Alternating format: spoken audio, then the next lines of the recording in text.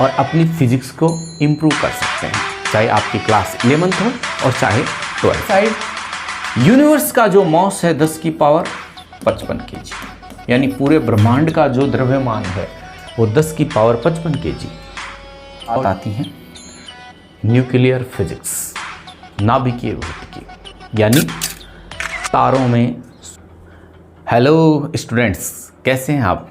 Physics 1 के digital platform पर मैं BL सारण आपका हार्दिक स्वागत करता हूं। आज के वीडियो में हम बात करेंगे 11th फिजिक्स का फर्स्ट चैप्टर फिजिकल वर्ल्ड, भौतिक जगत। बात करेंगे फिजिक्स क्या होती हैं, कहां से ली गई, कितनी इसकी ब्रांचेज होती हैं और मिनिमा मैक्सिमा क्या होता है, यानी मैक्सिमम को क्यों नहीं समझ पाते और मिनिमम को क्यों नहीं समझ पाते। आज के वीडियो में हम यही बात करेंगे। फिजिक्स को आप लाइव पढ़ने के लिए हमारी ऑनलाइन एप्लीकेशन PCM वाले को भी आप प्ले स्टोर से डाउनलोड कर सकते हैं और रिकॉर्डेड वीडियो PDF फॉर्मेट में नोट्स के साथ साथ लाइव क्लासेस को आप हमेशा वहाँ से ले सकते हैं और अपनी फिजिक्स को इम्प्रूव कर सकते हैं, चाहे आपकी क्लास 11th हो और चाहे 12th हो। तो चलिए हम बात करते हैं आज के वीडियो में फिजिकल वर्ल्ड की। यानी सबसे पहले मैं आपको ये बताऊंगा कि फिजिक्स में मिनिमा मैक्सिमा ऐसा क्या होता है जिसकी वजह से हमें फिजिक्स समझने में दिक्कत होती है। यानी मिनिमम एंड मैक्सिमम के बीच के अंतराल को अगर हम अच्छी तरह से समझ गए तो हमें फिजिक्स पढ़ने में दिक्कत नहीं होगी। चलिए हम बात करते हैं। अगर हम इस चीज़ को यूनिट से समझें, यानी MKS सिस्टम से समझें, मीटर, केजी और सेकंड, लेंथ है, वेट है यानी मॉस और टाइम है। देखिए सबसे पहले हम बात करते हैं लंबाई की, यानी लेंथ। जो न्यूक्ल होता है, नाभिक होता है, उसकी रेडियस होती है 10 की पावर -15 मीटर और जो यूनिवर्स है, ब्रह्मांड है, उसकी लेंथ होती है 10 की पावर 26 मीटर। अब हम क्या समझते हैं? 0। इस साइड 10 की पावर -1 और इस साइड 10 की पावर +1। इसका मतलब ये हुआ 0.1 और ये हो गया आपके पास 10। आप जैसे जैसे इधर बढ़ते जाइए 0.01, 0.001, फिर आप 10 की पावर 0.0001। अब आप एक चीज यहां से देखिए कि इस साइड भी आप जैसे काफी प्लस में पढ़ेंगे तो आप समझ पाएंगे, लेकिन इस साइड में आपने 0.1 देखा, यानी आपको यह समझ में आ गया कि 1 क्या होता है, 1 का 10वां छोटा भाग 0.1, लेकिन यहां पर यह 100वां छोटा भाग और ये 1000वां छोटा भाग, फिर ये, यानी अब हमें समझ में नहीं आ रहा कि धागे का 10,000 भाग छोटा यानी पतला कितना होता है। तो फिर हम लोग 10 की पावर -15 को कैसे समझेंगे? इधर आप लेंथ बढ़ेगी तो हमें 10 की पावर 10 यानी 1 के ऊपर 10 शून्य, मीटर की लंबाई को समझने में काफी दिमाग लगाना पड़ता है। तो 10 की पावर 26 मीटर की दूरी कितनी होती होगी? यानी 10 की पावर -15 मीटर आप केवल एक इमेज ही कर सकते हैं। यानी परमाणु सबसे अभाज्य इकाई, तोड़ा नहीं जा सकता उसे। तो परमाणु का जो नाभिक होता है वो तो परमाणु में ही होता है ना। तो परमाणु की रेडियस अगर एंगस्ट्रॉम होती हैं, 1 एंगस्ट्रॉम होती हैं, तो उसके अंदर जो न्यूक्ल है उसकी रेडियस तो उससे कम ही होगी।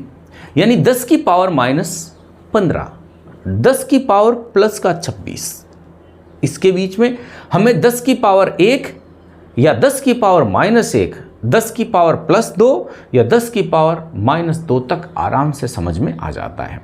परंतु ये डिस्टेंस जो ये तो मिनिमम है और ये क्या है? मैक्सिमम है। इसे हमें समझने में क्या होती हैं? दिक्कत होती है। इसीलिए अगर आप पहले ये क्लियर कर लें कि 10 की पावर -2, 10 की पावर -3, यहाँ तक तो हम चलो ये चीज़ें तो हमारे नेचर के अंदर हमें शो भी हो जाती हैं, लेकिन इसके बाद जो लेंथ होती हैं 10 की पावर 10⁻⁶, 10⁻⁷, ये चीज़ें हमारे नेचर में इनका केवल इमेजिनेशन ही होता है, इमेज ही बन सकती हैं। इसे हम एक फिजिकली जो है देख नहीं सकते, या फिर आप माइक्रोस्कोप, जो आपके पास इलेक्ट्रॉनिक हाई लेवल की माइक्रोस्कोप होती हैं, उनसे आप इसे देख सकते हैं। इसीलिए हमें क्या करता है कि इसकी इमेज माइंड में बनाते वक्त दिक्कत होती है। यानी जहाँ कहीं लिखा है 10⁻⁻10 मीटर, हम उसको समझ नहीं पाते कि ये कितनी सी दूरी है। ये समझिए कि वो बहुत ही छोटी दूरी है, और जब 10⁻19-20 होती हैं तो ये तो दूरी बहुत ही बड़ी है। तो बड़ी और छोटी को हम समझने में दिक्कत कर बैठते हैं। हमारा माइंड इतना प्रिपेयर नहीं होता कि इतनी मिनिमम और इतनी मैक्सिमम क्वांटिटी को वो क्या करे, एक साथ एडजस्टमेंट कर ले।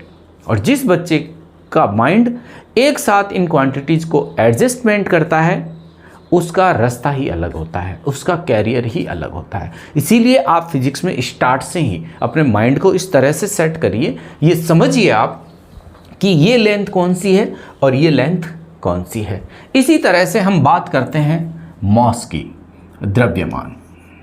अब देखिए, द्रव्यमान की क्वांटिटी और छोटी होती है लेंथ से भी, और बड़ी होती हैं लेंथ से भी। इसीलिए तो मॉस जो है उसको क्या किया, सबसे इंपॉर्टेंट चीज़ माना, और आइंस्टाइन ने इसको कांस्टेंट c² से मल्टीप्लाई करके और क्या किया, एनर्जी निकाल दी साहब।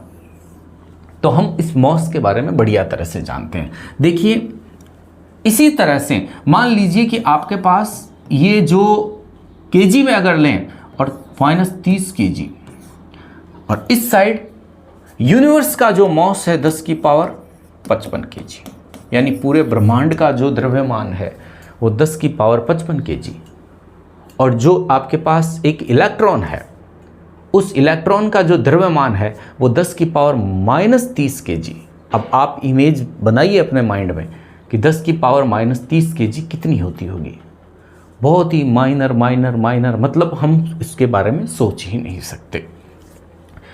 उसके बाद हम लोग देखिए ये कितनी लेंथ है, इसके बीच में कितना गैप है, और इस गैप को अगर आपने बढ़िया तरह से समझ लिया तो फिर आपको फिजिक्स के हर टॉपिक को इमेज बनाने में ज़्यादा दिक्कत नहीं होगी। आपका माइंड आपका सपोर्ट करेगा। यानी कोई भी व्यक्ति डिपेंड करता है उसके माइंड के अकॉर्डिंग। यानी साइकिल भी एक इंसान चलाता है, बस भी एक ही इंसान चलाता है, ट्रेन भी और प्लेन भी। अब आप ये देखिए कि डिफरेंस क्या है। फिजिकली कोई डिफरेंस नहीं है, डिफरेंस है माइंडली। यानी एक स्पीड को भाप रहा है, जो साइकिल की स्पीड को भाप रहा है वो साइकिल चला रहा है, और जो प्लेन की स्पीड को भाप रहा है वो प्लेन चला रहा है। जो अपने माइंड के मैक्सिमम एफर्ट्स के साथ साथ अपने माइंड को 100% इन क्वांटिटीज के साथ रिलेशन रखकर आगे बढ़ रहा है, वो उतना ही तेज और उतना ही इमेजिव सोचता है। इसीलिए हमें सबसे पहले हमें इन लेंथ के बारे में जान लेना चाहिए।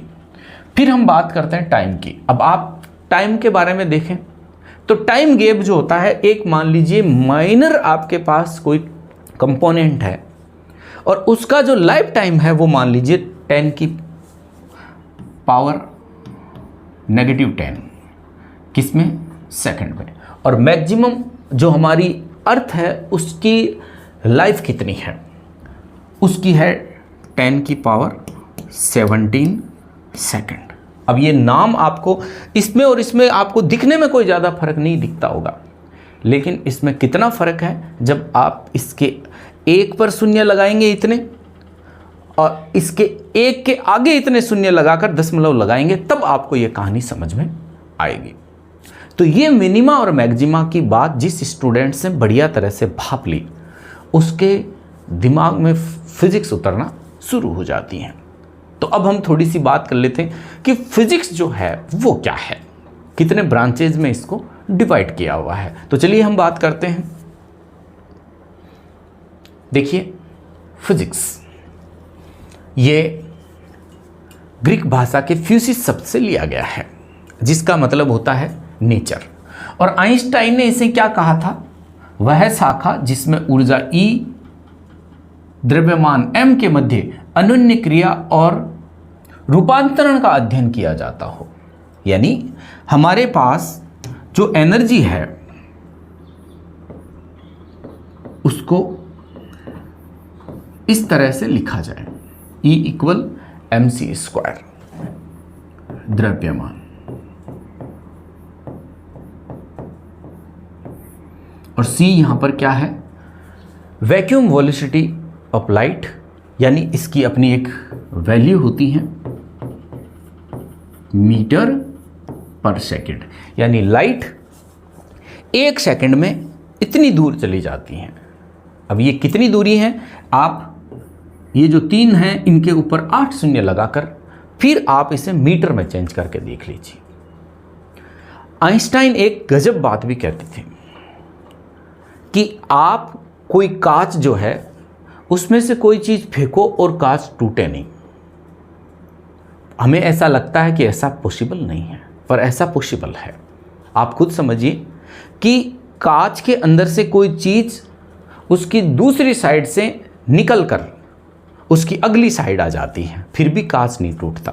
वो क्या चीज़ होती है, वो होती है लाइट। अब आपको पता है लाइट का अपना एक क्या होता है, फोटोन। फोटोन यानी लाइट छोटे छोटे कणों में विभक्त होती हैं। अब आप एक चीज समझिए कि कांच के अंदर से कोई कण निकल गया फिर भी कांच टूटा नहीं, इसका मतलब दम उस फोटोन में नहीं है, दम है उस फोटोन की स्पीड में। कितनी स्पीड है उसकी, ये स्पीड है। तो आइंस्टाइन क्या कहते हैं कि आप कोई कंकर को उस कांच की तरफ इतनी तेज गति से फेंकिए, कितनी तेज गति से, 3 × 10⁸ मीटर प्रति सेकंड के वेग से फेंकिए, वो कंकर उस कांच के आर पार निकल जाएगा और कांच टूटेगा भी नहीं। और ये चीज़ तो हम देखते ही हैं, अगर कांच पर पत्थर मारते हैं तो कांच ज़्यादा टूटता है, गोली मारते हैं तो कांच में छेद ही होता है और थोड़ा सा कांच तड़कता है।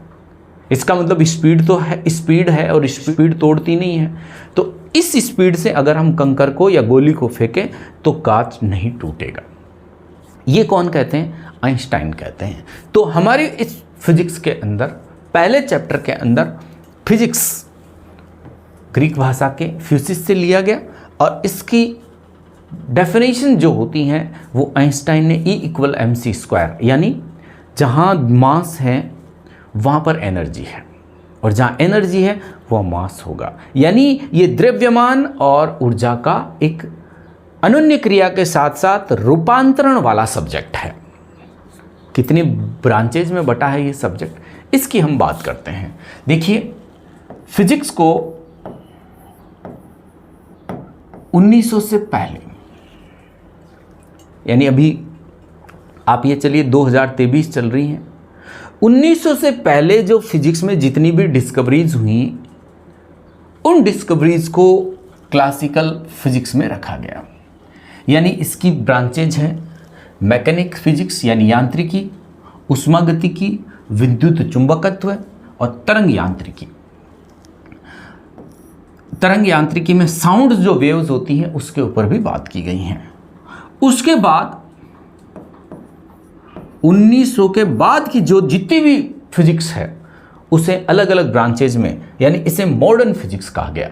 और इसमें सबसे पहले आपेक्षिकता, रिलेटिविटी, जिसकी हमने अभी आइंस्टाइन थ्योरी से बात करी थी। क्वांटम यांत्रिकी यानी क्वांटम मैकेनिक्स, छोटे से छोटे कण का, फोटोन, इलेक्ट्रॉन, न्यूट्रॉन, इनका वेग, जो एक्टिवेशन होता है उसके बारे में इसके अंदर बात। एटम फिजिक्स, परमाणु भौतिकी, परमाणु बम का बनना, परमाणु बम कैसे बनाया जाता है, एटम की पूरी डिस्कवरी, यानी एकदम विथ प्रैक्टिकल, दुनिया के सामने रखने वाली शाखा परमाणु भौतिकी। और फिर बात आती है न्यूक्लियर फिजिक्स, नाभिकीय भौतिकी, यानी तारों में, सूरज में, इनमें ये जो एनर्जी है ये कौन बनाता है। अगर इस तरह से तो एनर्जी ये देते ही देते हैं तो फिर इनके पास आती कहाँ से है।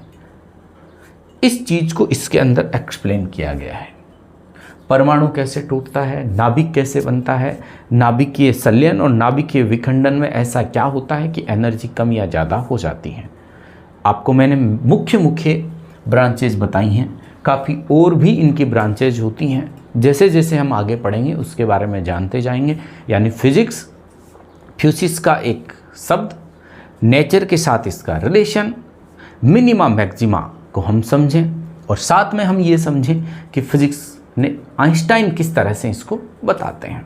E=mc² क्या होता है और फिजिक्स की मेन ब्रांचेस कौन कौन सी होती हैं। तो आप इस वीडियो को के माध्यम से आप अपने इस कॉन्सेप्ट को क्लियर करिए और इसे शेयर और लाइक करिए, चैनल को सब्सक्राइब करिए और लाइव क्लास के लिए हमारी एप्लीकेशन PCM वाले ऑनलाइन जो प्लेटफॉर्म है उस पर आइए। वीडियो को देखने के लिए थैंक यू।